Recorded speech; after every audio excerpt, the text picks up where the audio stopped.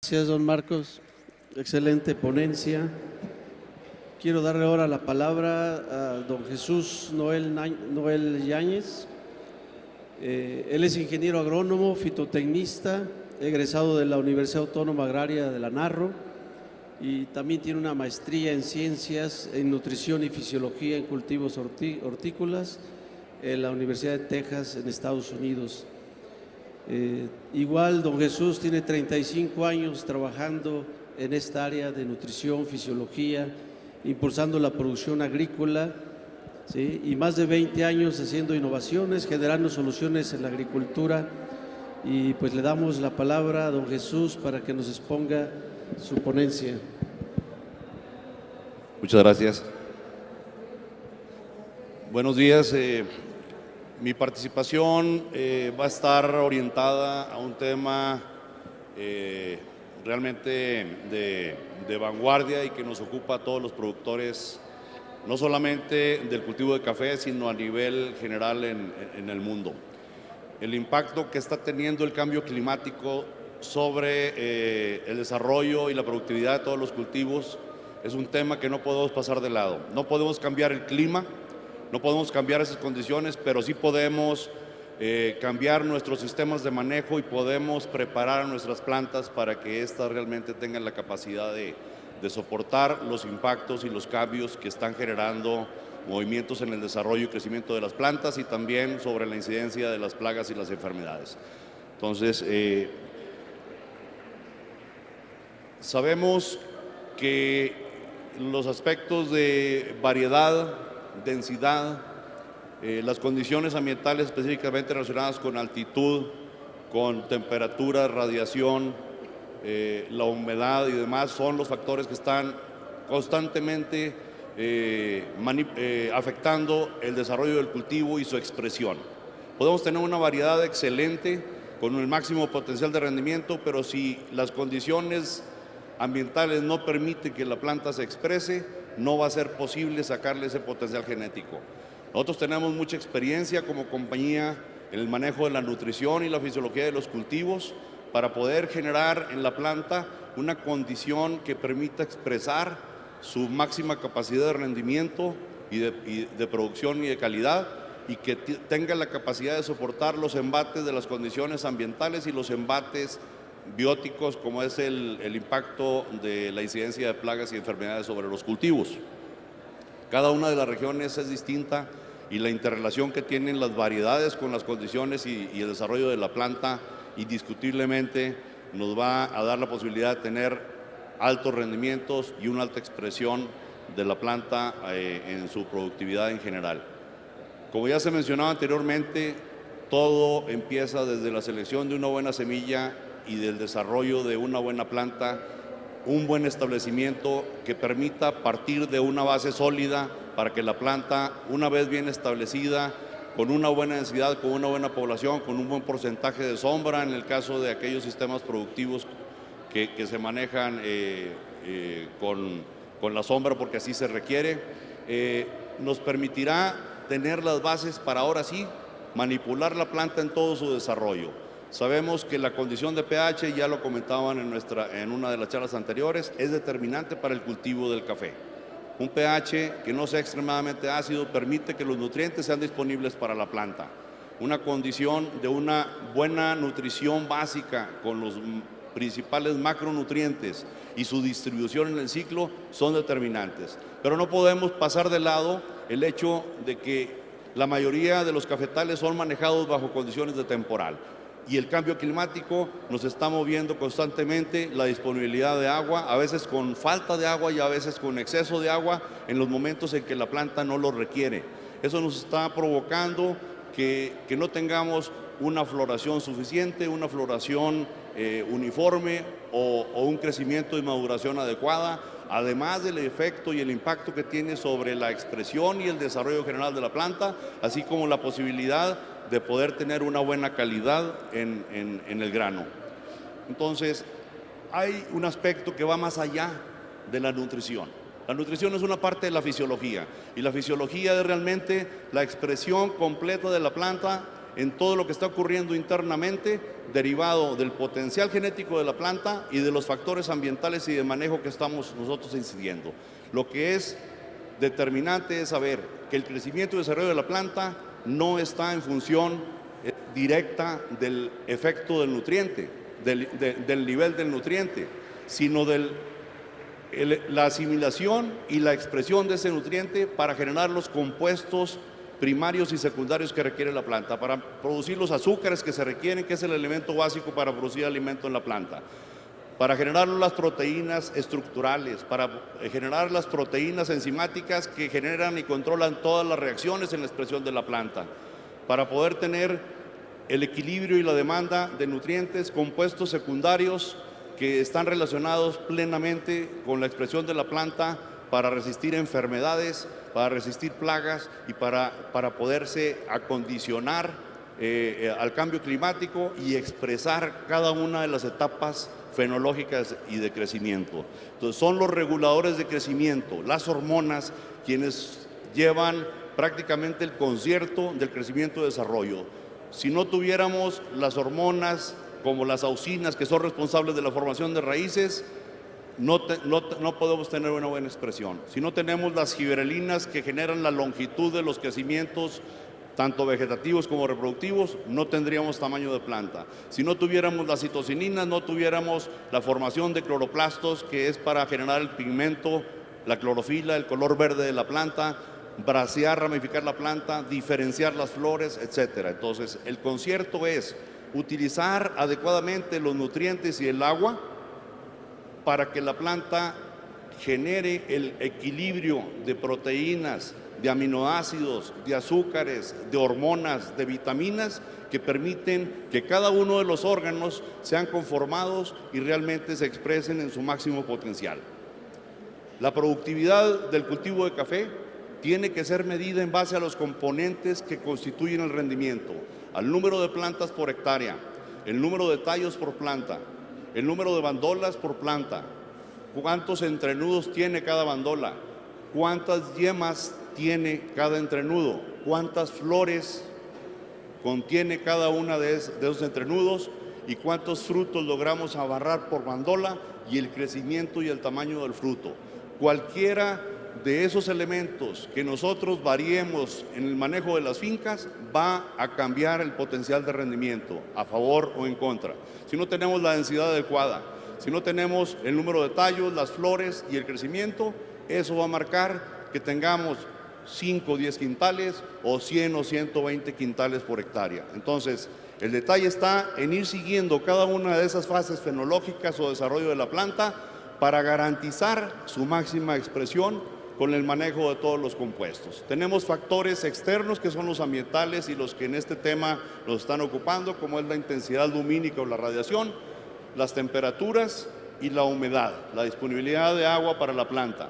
Y como factores internos, tiene que haber una reserva energética para poder responder a la expresión que requiere el cultivo para poder tener esos rendimientos que estamos buscando. Requerimos un balance hormonal.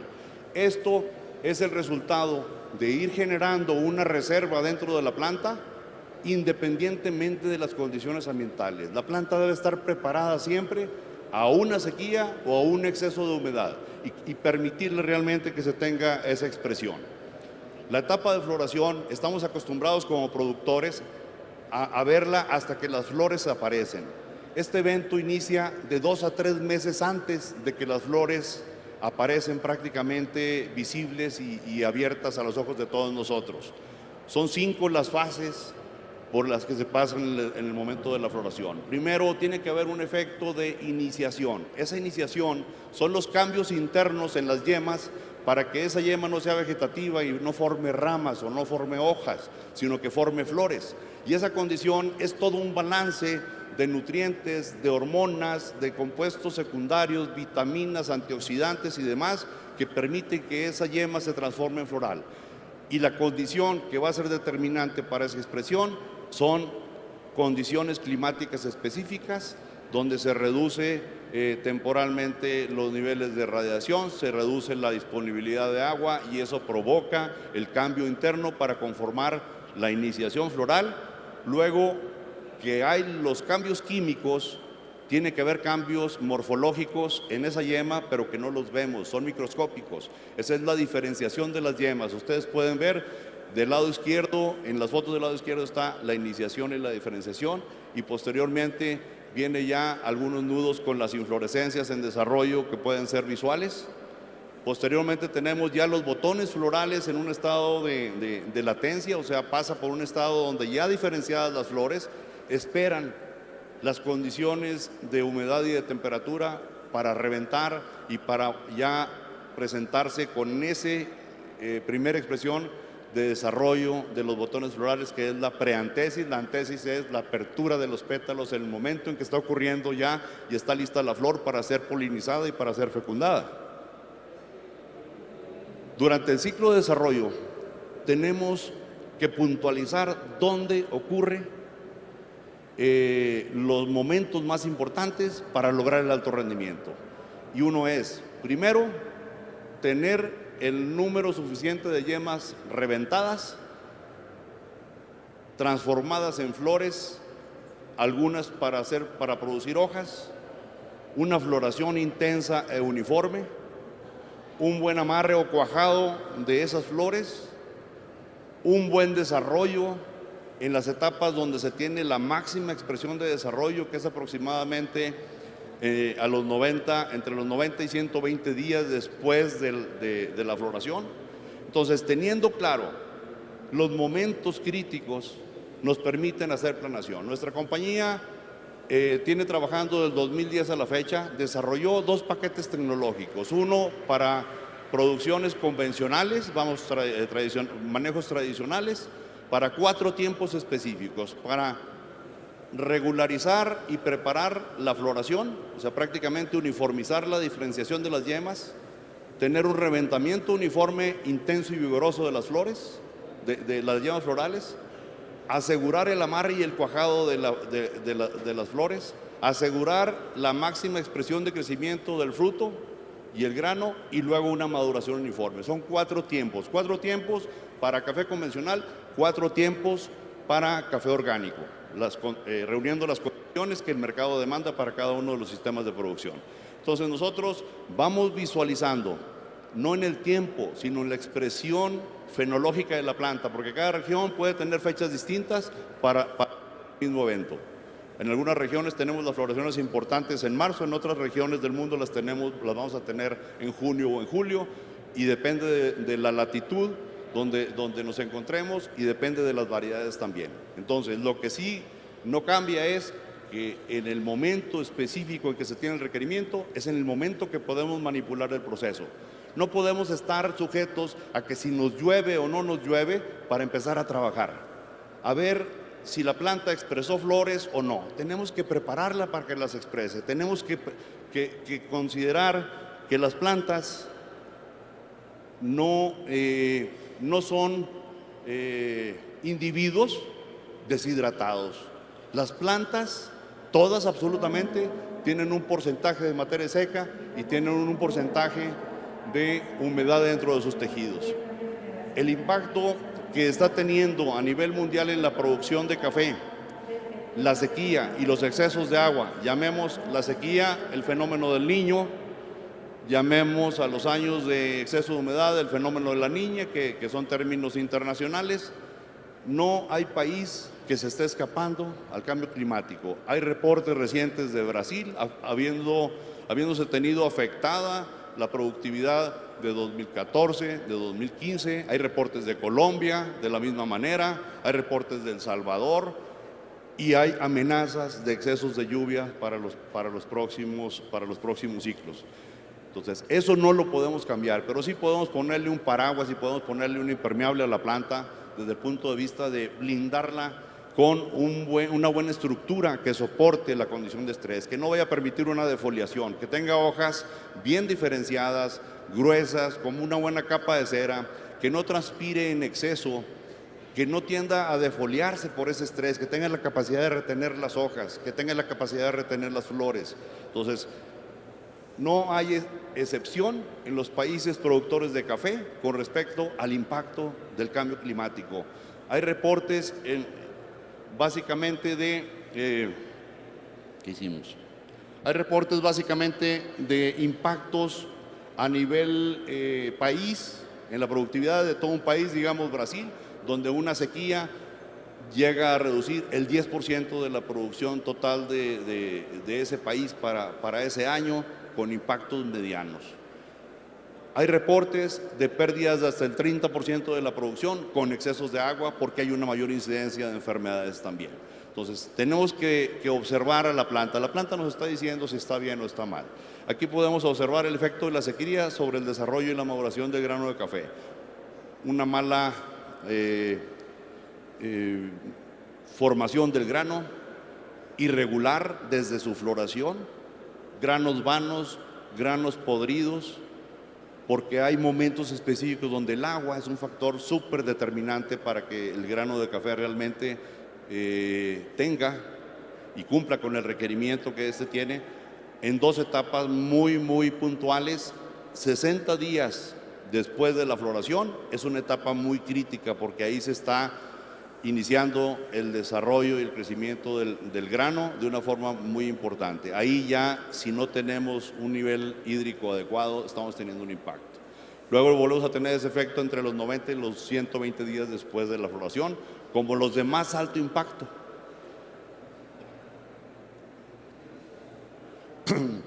El exceso de lluvias nos provoca muchos días nublados, caída de flores, ataque de enfermedades como la antracnosis en pleno momento de floración, pudriciones y muerte continua de raíces absorbentes. Y hay un dato que poco se habla de él. Con el exceso de lluvias se lavan nutrientes del follaje, y es una cantidad impresionante cuando hay una precipitación excesiva. Aquí hay datos muy puntuales de estudios muy puntuales a nivel internacional. De potasio se pueden lavar 85 kilogramos por hectárea de las hojas que son arrastrados al suelo por el efecto del exceso de lluvias. Alrededor de 22 unidades de nitratos de nitrógeno lavado, de 40 unidades de calcio y de 12 unidades de magnesio. Ocurre lo contrario, obviamente, con la sequía. Están en el suelo o los podemos haber fertilizado, pero no tenemos la capacidad o el nivel de agua para absorberlos, translocarlos y utilizarlos. Pero cuando hay exceso de agua, aparte de tener una condición de estrés, se están lavando nutrientes y yéndose al suelo. La planta en exceso de humedad no está absorbiendo el agua de manera natural. Un dato muy interesante es el porcentaje de agua que se queda en la parte aérea de la planta, incluyendo los árboles de sombra, incluyendo el cafetal, y el que llega al suelo. Es increíble.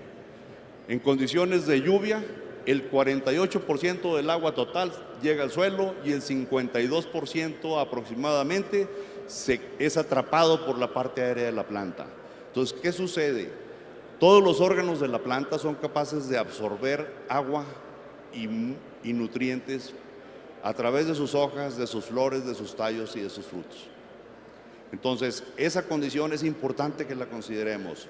El apoyo con no solamente fertilización foliar, sino con bioestimulantes foliares. No requiere solamente los nutrientes, requiere de otros compuestos para poder llevar a cabo esa expresión en el crecimiento y en el rendimiento. El proceso de floración, podemos decir, es el proceso que más impacto tiene sobre el rendimiento del café. Tenemos que considerar que en la planta circulan miles de sustancias y que los 16 o 17 nutrientes que están incidiendo sobre la nutrición de un cultivo pueden ser absorbidos, pero no necesariamente pueden ser bien asimilados, bien translocados, bien utilizados y generar el balance de compuestos ya elaborados que requiere la planta. Tenemos la ventaja de, con un bioestimulante, no con un fertilizante foliar tradicional. El fertilizante foliar tradicional es meter los micronutrientes, un poquitín de macronutrientes en mezclas bien acondicionadas, bien quelatadas, para pensar en la nutrición. Pero hay que usar como vehículo esa formulación para meterle aminoácidos, polisacáridos, azúcares simples, lípidos, algunos compuestos proteicos o péptidos que le permitan dar resistencia a la planta, vitaminas, en fin, todos esos compuestos. Entonces, los bioestimulantes son compuestos complejos o formulaciones complejos que aportan aminoácidos, ácidos orgánicos, azúcares, nutrientes, hormonas, vitaminas y demás, para permitir o generar una máxima expresión del crecimiento y el desarrollo de la planta. Con la bioestimulación, que es un tema de vanguardia, es un tema moderno, nosotros como grupo tenemos ya los 36 años que yo tengo trabajando en la agricultura, los 36 años que tenemos de experiencia en el área de manejo de compuestos hormonales, ácidos húmicos, fúlbicos, etcétera, aminoácidos. Vamos por delante a veces en algunas regiones del mundo a otros países. Yo me encontré como compañía, o nos encontramos como compañía hace 5 años, que el sector cafetalero mundial no manejaba, ni conocía, ni tenía experiencias en el manejo de bioestimulantes. Vimos la oportunidad, desarrollamos las propuestas, estamos teniendo un alto impacto en la producción y en la calidad de la tasa. Hemos traspasado las barreras de México, estamos en Costa Rica con excelentes resultados, estamos iniciando Nicaragua, estamos enviando en este momento producto para Brasil para iniciar ensayos y demostraciones en los sistemas de producción de esos países y así iremos permeando hacia el resto del mundo. Lo que es importante es que esto es necesario para que la planta realmente nos exprese el rendimiento y crecimiento.